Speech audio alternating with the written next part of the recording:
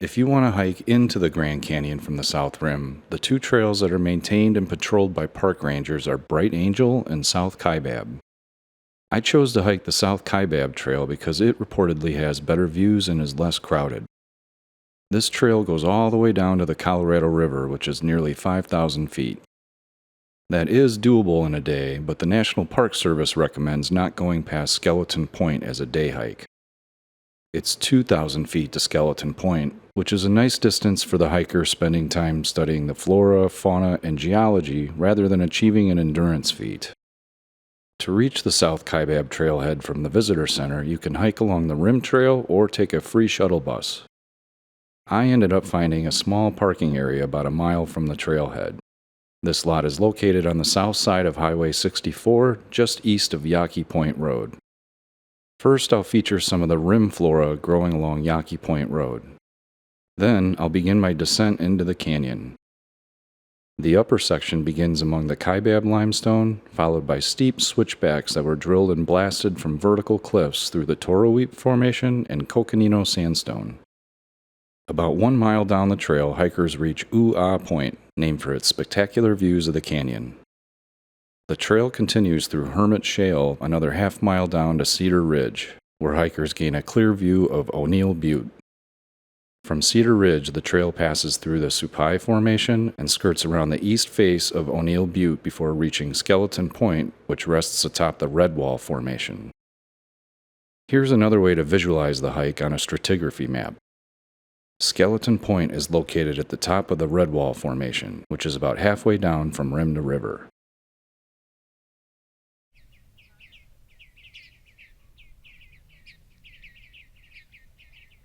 Experiencing a sunrise over this astonishing landscape really motivated me to get my preparations in order and make the most out of the day. The weather forecast at the visitor center was sunny with a high of 84 degrees. Temperature rises about 5.5 degrees Fahrenheit for every 1,000 feet you descend, and so I'm expecting the high at Skeleton Point to be about 95 degrees. I packed 3 liters of water, electrolyte candies, and sunscreen. And for safety, I packed an orange vest and a whistle so that people can see and hear me if anything happens, and a small medical kit. I figure it's good practice to have all this stuff. You could always run into someone else who might need help.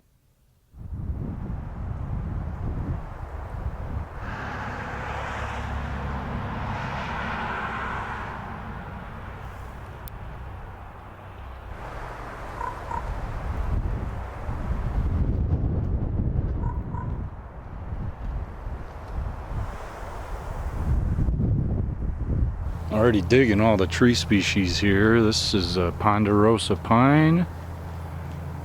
Got a juniper. Got some type of oak tree. And in the foreground we got the 2-needle pinyon pine. And then in the back there, the tall tree is a Doug fir. Pretty good variety for being barely into my hike. Gamble oak is a common shrub oak at elevation throughout the Colorado Plateau. It has deeply lobed leaves with hairy undersides, and light brown acorns with thick scales towards the top of its cap. Douglas fir has a wide range across western North America from Canada to Mexico and has several varieties. The needles on firs are friendly and flexible as the mnemonic, and the cones in this tree have shaggy scales. The Colorado pinyon has 2 needles per bundle and small spherical cones. It mixes with junipers to form the pinyon juniper biome, which occurs at mid-elevation throughout the western United States. The Utah juniper is the other primary member of this biome in northern Arizona. When you decrease in elevation, the junipers start to dominate and the trees become more widely spaced, as we shall see as we descend into the canyon. The ponderosa pine also has a wide range across western North America and includes several varieties.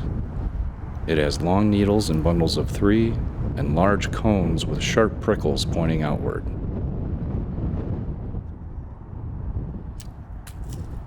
There is no shortage of interesting forbs growing here as well. This daisy with purple ray florets and yellow disc florets is probably Diateria canescens, but it's difficult to tell apart from the other two Diateria species that occur in the area. The globe mallows are another genus of plants that are challenging to identify. There are at least 12 species that occur in and around the Grand Canyon. The red-orange flowers provide a nice splash of color on the landscape.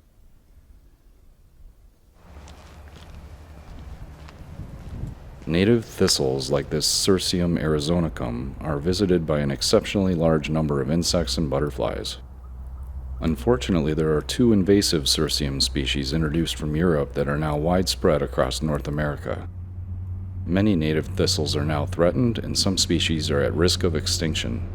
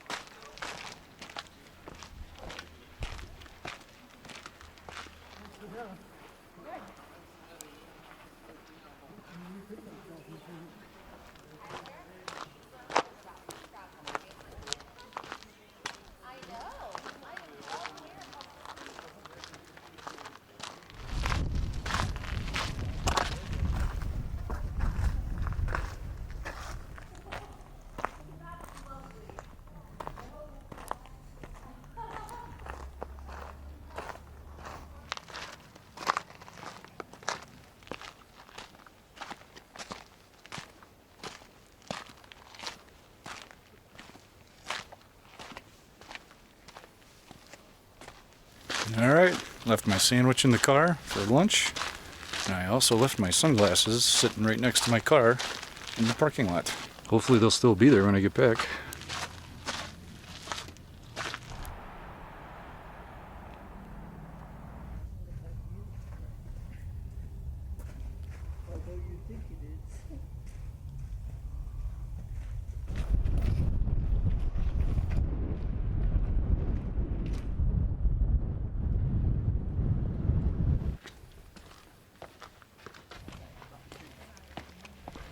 Going under there doesn't make it where it's walled. Hey. We just got we one, just yeah. did, but thank you. Oh, I love your neck.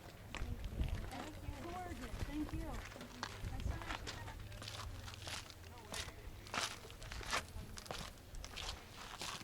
you. To the west of the trail is Pipe Creek Canyon, which is so steep you never really see the bottom of it.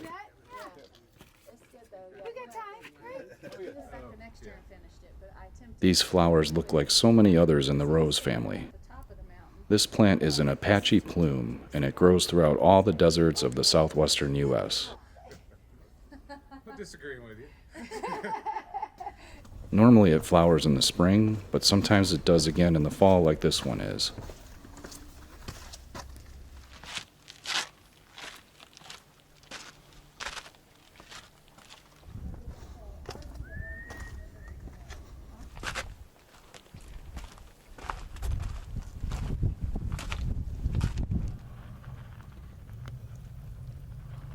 Not sure I've ever seen a tube-shaped corolla as big as the one on this plant. This is the sacred datura. Turns out it gets pollinated by sphinx moths, which resemble hummingbirds both in terms of their size and how they fly. No surprise given the size of this flower, they have the longest tongues of any moth or butterfly in the world. All parts of this plant are poisonous. Both livestock and people have been fatally poisoned by ingesting it. Also, the leaves can cause dermatitis in some people, and so I really should not have been so cavalier in touching it.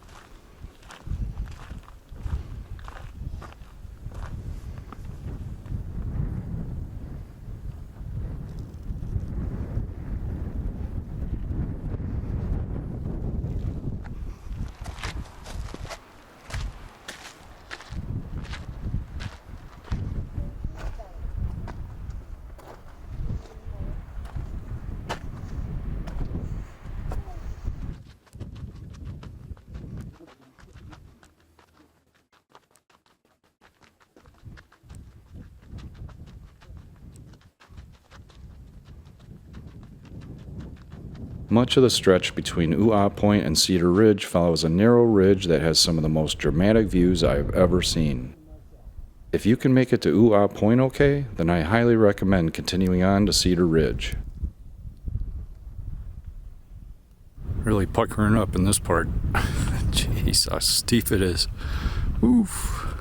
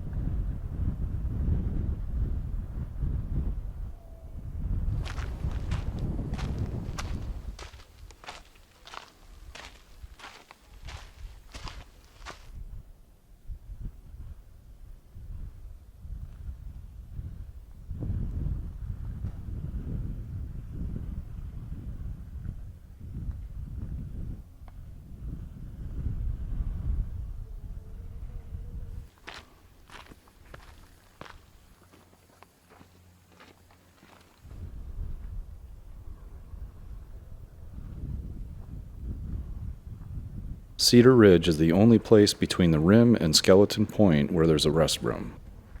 It's a wide flat with a few shady spots you can rest at.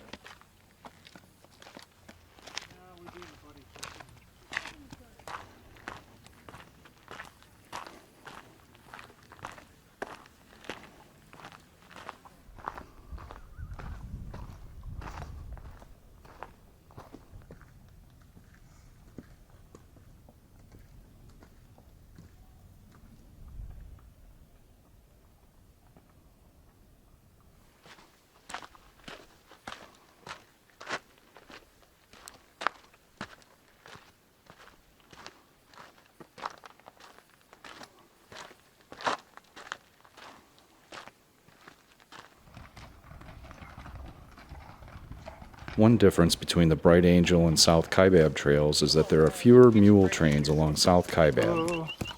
When you encounter one, you'll want to stand aside to the inside of the trail to let them pass. Thank you.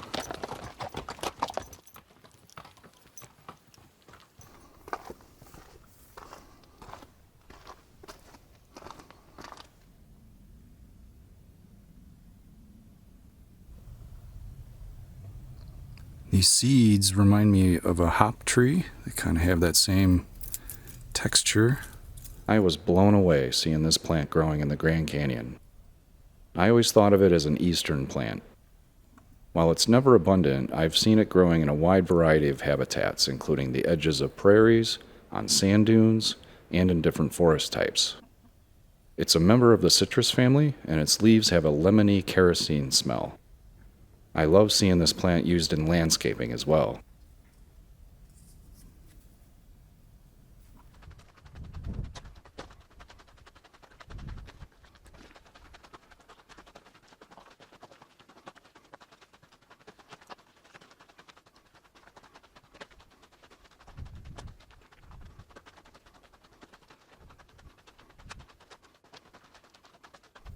After about 10 to 30 years of growing and collecting and storing nutrients in their roots, in their final season, agaves send up these ridiculously large flower spikes and then die.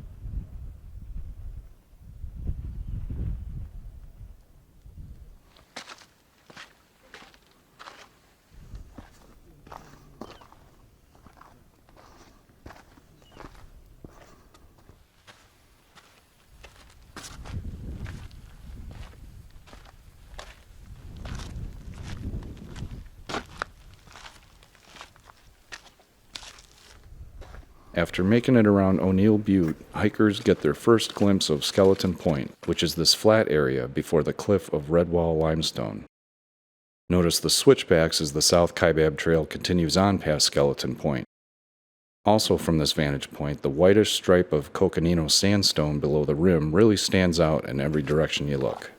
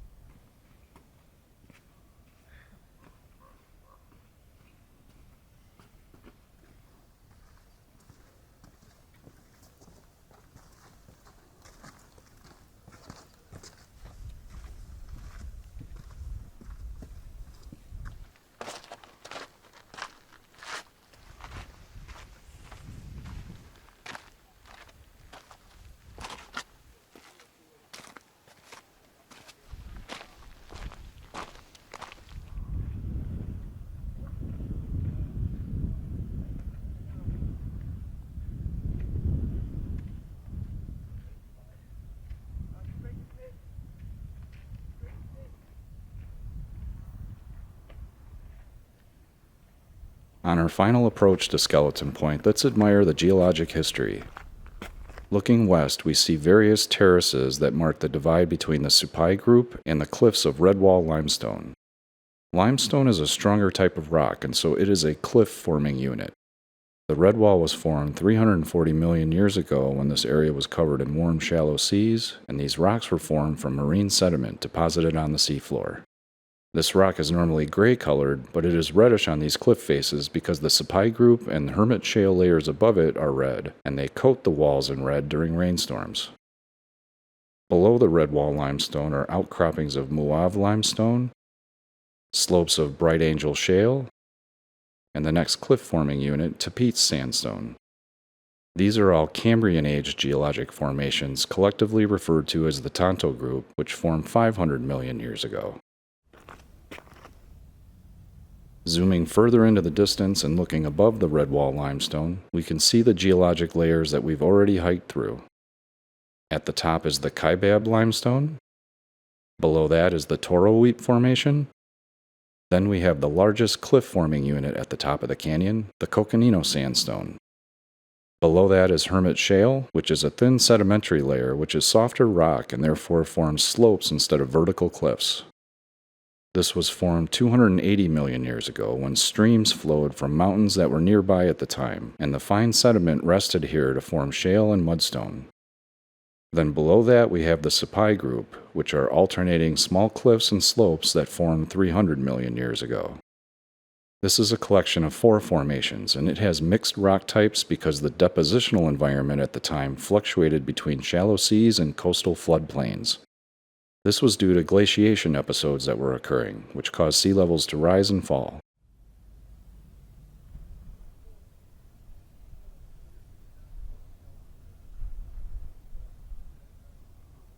Then looking to the east, we can again see the layer of Tapeats sandstone that formed 500 million years ago, all the way up to the Kaibab limestone that formed 270 million years ago.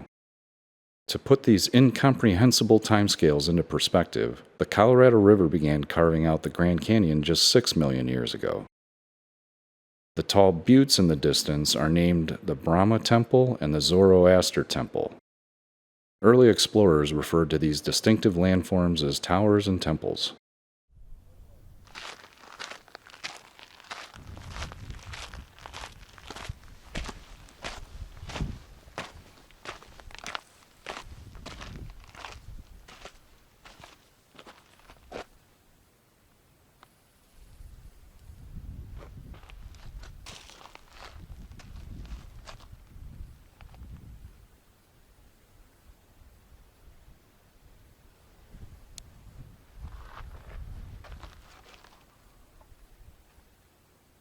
If you walk down to the left just past Skeleton Point, you'll get a clear view of the Colorado River.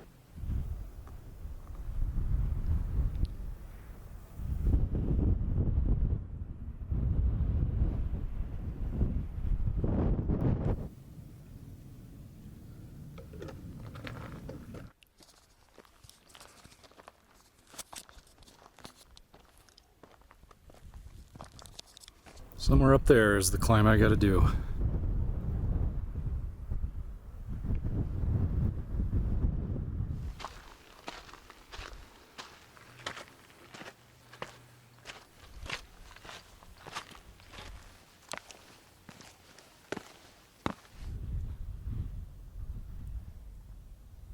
This conspicuous wildflower is Stanleya pinnata. It grows between 2,500 and 6,000 feet, and so we are at its maximum elevation here. It likes soils containing selenium derived from fine-textured sedimentary rocks. And that's exactly the soil we'd expect to see washed down here in the lower part of the Sapai group.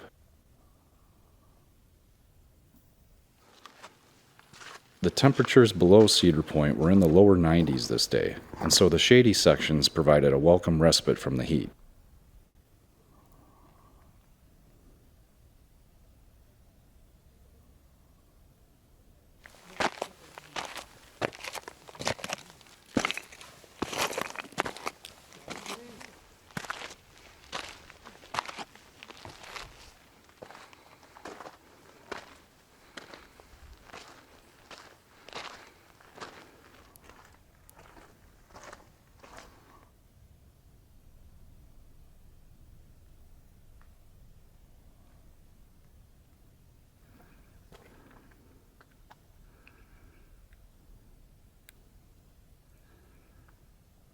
The plant growing in this seep right here is a Brachalia. But what really grabbed my attention were the orange and dark blue moths sheltering in it.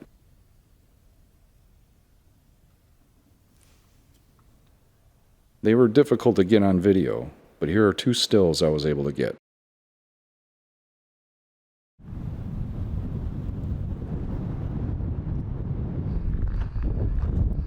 Well, here's the view from Cedar Point or whatever, and all we gotta do is get up there.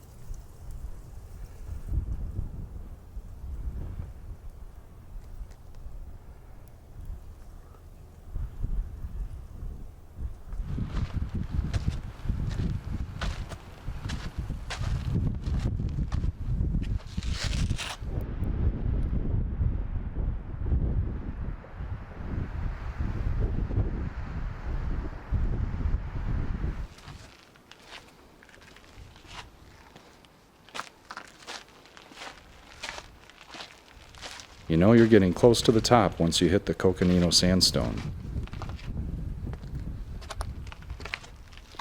This layer formed 275 million years ago in a dry and arid environment. It was created by dunes that blew in and covered the area, much like what is happening nowadays in the Sahara Desert.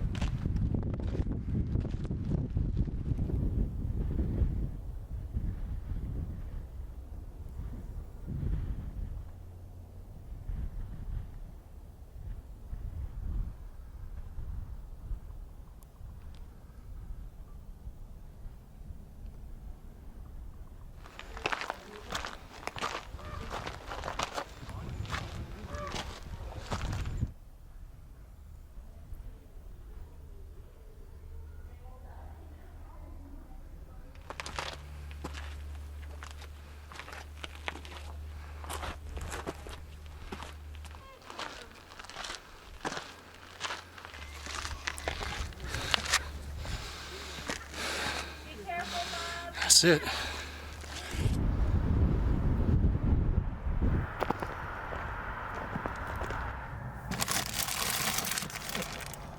I don't even want it. No luck with the sunglasses though.